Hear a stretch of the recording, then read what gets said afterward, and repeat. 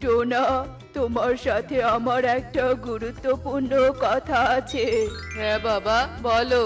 শোনো, তোমার মা আর আমার বয়স হয়েছে। আমার পক্ষে এই রাজ্য শাসন করা খুবই কঠিন হয়ে যাচ্ছে। তাই আমি আর তোমার মা পরিকল্পনা করেছি তোমাকে বিয়ে দিয়ে এই রাজ্য তোমার হাতে তুলে দিব। তোমার কি কোনো মেয়ে পছন্দ আছে? না বাবা, আমার কোনো মেয়ে পছন্দ নেই। আর আমি এখন বিয়ে করতে চাই না। আমি আপাতত সিঙ্গেল লাইফ এনজয় করতে চাই। কি বলছিস কি এসব বাবা? আর কত একা থাকবি? এবার তো তোকে বিয়ে করতেই হবে। আমরা মরার আগে বৌমার মুখ দেখে যেতে চাই। মা বাবা, আমি এই নিয়ে আর কথা বাড়াতে চাই না। কে কি রে, খাবার শেষ না করে উঠে পড়লি যে? খাবারটা তো শেষ করে যা। যা বাবা, চলে গেল। এ ছেলেটাকে নিয়ে যে আমি কি করব কিছুই বুঝতে পারছি না। ছেলেকে তো বিয়ে দিবই দিব। আমার খাওয়া তো শেষ। আমি এখন বনে বের হব মিনু, বনবাসীর ভালো মন্দ খোঁজ নেয়ার জন্য। প্রাসাদে তুমি সাবধানে থেকো। রাজা রাজুটোনা এই বলে বনের উদ্দেশ্যে প্রাসাদ থেকে বেরিয়ে পড়ে। এভাবে কয়েকদিন কেটে যায়। বাবা মায়ের এই বিয়ে কর বিয়ে কর, এই অত্যাচার আর সহ্য হচ্ছে না। আমাকে ওদের এই অত্যাচার বন্ধ করতেই হবে। কিন্তু কিভাবে বন্ধ করব? কিভাবে? হ্যাঁ, পেয়েছি বুদ্ধি। কি বুদ্ধি পেয়েছিস রে বাবা? কই কিছু না তো মা। আসলে বাবা মা, আমি বিয়ে করব। সত্যি বলছো টোনা? তুমি বিয়ে করবে? তাহলে আমি এক্ষুনি ঘটককে গিয়ে বলি আশেপাশের রাজ্যের রাজকুমারীদের ছবি আনার কথা। বাবা, আমি যে সে মেয়ে পাখিকে বিয়ে করব না। তাহলে তুই কেমন মেয়েকে বিয়ে করতে চাস আমাদের বল বাবা। আমরা তোর পছন্দের মতো মেয়েকেই খুঁজে নিয়ে আসবো। আমার গোলাপি রঙের মেয়ে পাখি পছন্দ বাবা। তোমরা আমাকে গোলাপি রঙের মেয়ে পাখি এনে দাও, আমি তাকেই বিয়ে করব। তবে মনে রেখো, গোলাপি রঙের পাখি ছাড়া অন্য রঙের পাখি হলে আমি বিয়ে করব না। আর তোমরাও আমাকে কোনোদিনও বিয়ের কথা বলতেও পারবে না। ঠিক আছে টোনা, তবে গোলাপি রঙের পাখি কি আদৌ বনে আছে? আমি জানি না। আমার পছন্দের কথা তোমাদের জানালাম, বাকিটা তোমাদের ইচ্ছে। আমি চললাম মা বাবা, আমার বন্ধুরা বনে অপেক্ষা করছে। এই বলেই টোনা সেখান থেকে প্রস্থান করে।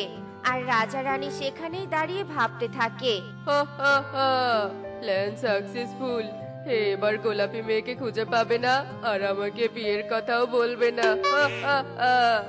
ভাবো বাবা মা, ভাবো, বেশি করে ভাবো। এসব বলে টোনা সেখান থেকে চলে যায়। এভাবেই আরো কিছুদিন কেটে যায়। মা, আমি এত বড় হলাম, তবুও তুমি এখনো আমাকে বললে না আমি তোমার মতো না হয়ে এমন গোলাপি রঙের কেন হয়েছি? মারে, তুই পেটে থাকতে আমি সব সময় গোলাপি রঙের ফল খেতাম। তোর বাবা না করতো, তবুও খেতাম। তারপর তুই হলি একদম পুরো গোলাপি রঙের। তোকে দেখে তোর বাবা রেগে মেগে বাড়ি থেকে বেরিয়ে গিয়েছিল আর মৃত হয়ে ফিরেছিল। আমার গোলাপি হওয়ার পিছনে এত বড় অতীত ছিল। আমি বুঝতে পেরেছি মা, তুমি কেন আমাকে বাইরে বের হতে দাও না। কাঁদিস না রে মা, কাঁদিস না। তোর কান্না যে আমি সহ্য করতে পারি না। দেখি, এদিকে আয়। টুনির মা কামিনী বৃদ্ধা টুনির চোখের পানি মুছে দেয়। অন্যদিকে কাকুলি আর সুখী দুই বান্ধবী একটা গাছের ডালে বসেছিল। কি রে কাকুলি, তোর কি হয়েছে? তুই এত চুপচাপ কেন রে? আর বলিস না, আজকাল ধনী হওয়ার স্বপ্নটা আমাকে শান্তি দিচ্ছে না। কবে যে ধনী হতে পারবো? ঠিক বলেছিস রে, ধনী হওয়ার স্বপ্ন আমারও। বলতো কাকুলি, কি করে ধনী হওয়া যায়? সেটা জানলে কি আর আমি এখানে বসে থাকতাম? সে কবেই ধনী হয়ে যেতাম। তা অবশ্য ঠিক বলেছিস। এভাবে দুই বান্ধবী গল্প করতে থাকে। আস্তে আস্তে বেশ কিছুদিন কেটে যায়। কি খবর সেনাপতি? রাজা মশাই, আমি আপনার কথা মতো পুরো বনের সব ঘটকের কাছে গিয়ে গোলাপি পাখির সন্ধান করেছি, কিন্তু কেউই সন্ধান দিতে পারেনি। এ তো মহাবিপদ। শোনো সেনাপতি, তুমি আমাদের বন সহ আশেপাশের সব বনে ঘোষণা করে দাও। ঠিক আছে রাজা মশাই, আমি চললাম তবে।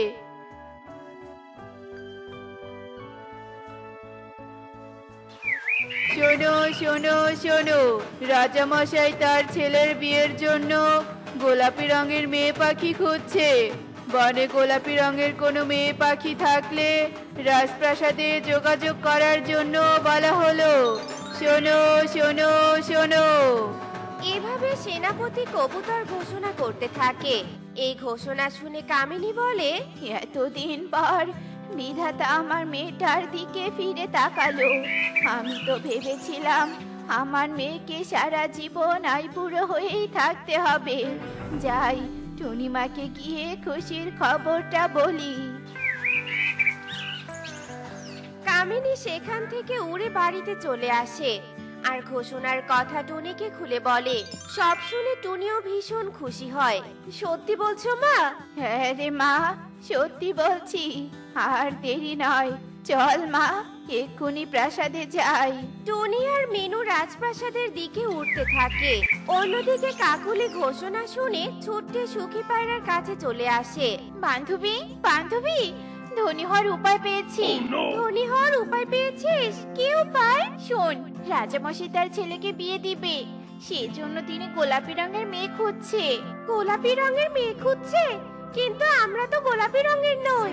আরে বোকা, গোলাপি রঙের নই তো কি হয়েছে, গোলাপি রং তো করতে পারবো। মানেটা হলো তুই আর আমি নিজেদেরকে গোলাপি রং করব, আর তারপর রাজপ্রাসাদে গিয়ে রাজকুমারকে বিয়ে করব, আর তারপর হয়ে যাব তুই আর আমি ধনী। দারুণ আইডিয়া বান্ধবী, চল আর দেরি নয়, এক্ষুনি নিজেদের গোলাপি রং করব। যেই কথা সেই কাজ। কাকুলি আর সুখী গোলাপি রং দিয়ে নিজেদের রং করে আর রাজপ্রাসাদে চলে আসে। হায় হায় রে, ভেবেছিলাম বনে কোনো গোলাপি পাখি নেই, এখন তো দেখছি তিনটে মেয়ে আছে। নিজের বুদ্ধির কাছে নিজেই ফেসে গেলাম। রাজা মশাই, আমার সাথে রাজকুমারের বিয়ে দিন। আমি সবার চেয়ে অনেক সুন্দরী। না না রাজামশাই, আমার সাথে রাজকুমারের বিয়ে দিন, আমি অনেক সুন্দরী। রাজকুমার, তুমি আমাকে বিয়ে করো, আমি তোমাকে অনেক ভালোবাসবো। তোমাদের তিনজনকে আমি একসাথে বিয়ে করতে পারবো না। আমি তোমাদের তিনজনের একটা পরীক্ষা নিব, যে ওই পরীক্ষায় উত্তীর্ণ হবে আমি তাকেই বিয়ে করব। কি পরীক্ষা নিবে রাজকুমার? আমি এখনো ভাবিনি বাবা, আমার ভাবতে একটু সময় লাগবে। সেনাপতি, তুমি এদেরকে বিশ্রাম কক্ষে নিয়ে যাও, আমার ভাবা শেষ হলে ওদেরকে আমি ডাকবো। ঠিক আছে রাজকুমার। টোনার কথা মতো সেনাপতি টুনি, সুখী আর কাকুলিকে বিশ্রাম কক্ষে নিয়ে যায়।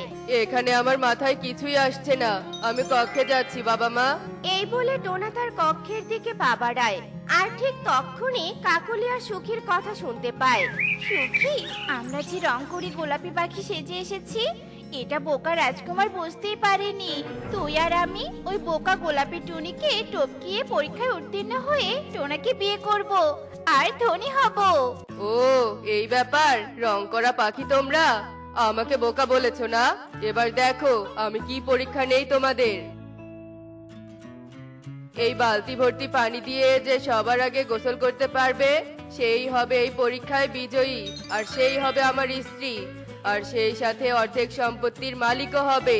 টোনার এমন কথা শুনে কাকুলি আর সুখী নিজেদের অবস্থার কথা ভুলে বালতি ভর্তি পানি তুলে শরীরে ঢেলে দেয়, আর সাথে সাথে ওদের শরীরের রং উঠে গিয়ে ওদের আসল রূপ সবার সামনে চলে আসে।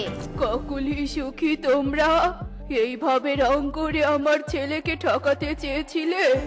এত বড় সাহস তোমাদের! রাজামশাই, আমাদের ভুল হয়েছে, আমাদেরকে ক্ষমা করে দিন।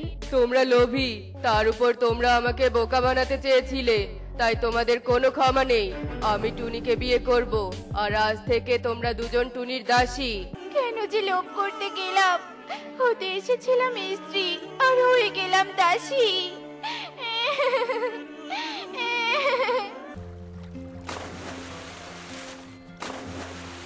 দেখলে তো বন্ধুরা, লোভের বশে নিজেদের অবস্থান ভুলে যাওয়া উচিত নয়। আর সব সময় মনে রাখবে, লোভে পাপ আর পাপে শাস্তি। এমনই সব মজার মজার শিক্ষণীয় টুনি পাখির গল্প পেতে আমাদের পাশে থেকো। আর গল্পটি কেমন হয়েছে তা কমেন্টে জানাতে ভুলো না কিন্তু। Bye bye.